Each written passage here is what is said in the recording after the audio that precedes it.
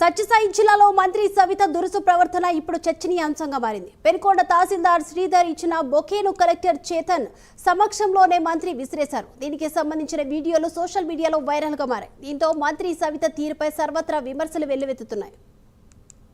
ఈ అంశానికి సంబంధించి మరిన్ని అప్డేట్స్ అందించడానికి మా ప్రతినిధి నాగేంద్రనాథ్ రెడ్డి సిద్ధంగా ఉన్నారు. నాగేంద్రనాథ్.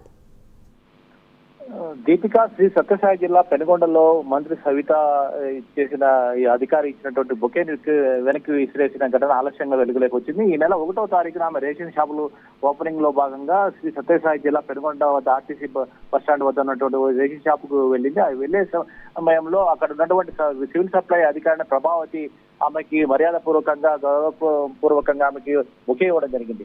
అయితే ఒక అధికారిని బొకే ఇచ్చినప్పటికీ మంత్రి స్వాగతించాల్సింది పోయి బొకే తీసుకుని వెనక్కి విసిరేయడం అనేది నిజంగా అక్కడ ఉన్న స్థానికులు కానీ అధికారులు కానీ మొత్తం అవాక్ అయిపోయారు. ఒక మంత్రి హోదాలో ఉండి అలా చేయడం కరెక్ట్ కాదనేసి చాలా మంది పడుతున్నారు. ఒకవేళ అధికారిని తప్పు చేసి ఉంటే ఒకవేళ పిలిపించి దండించాల్సింది.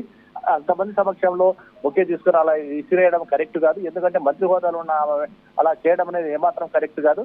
ఒకవేళ ఆమె నిజంగా ఆమె వ్యవహార శైలి సరిగా లేకుంటే అధికారిని ఒకవేళ ఆమె మార్చి వేరే వారిని ఆ స్థానంలో పెట్టుకోవాలి. అధికారిని అక్కడికి వచ్చి ఆమె మర్యాద పూర్వకంగా ఆమె బొకే ఇచ్చేటప్పుడు ఒక మంత్రిగా ఆమె గౌరవించేటప్పుడు ఆమె చేసిన వ్యవహారం ఏమాత్రం సరైనది కదా, అలా ఉండకూడదనే స్థానికులు చెప్తున్నారు.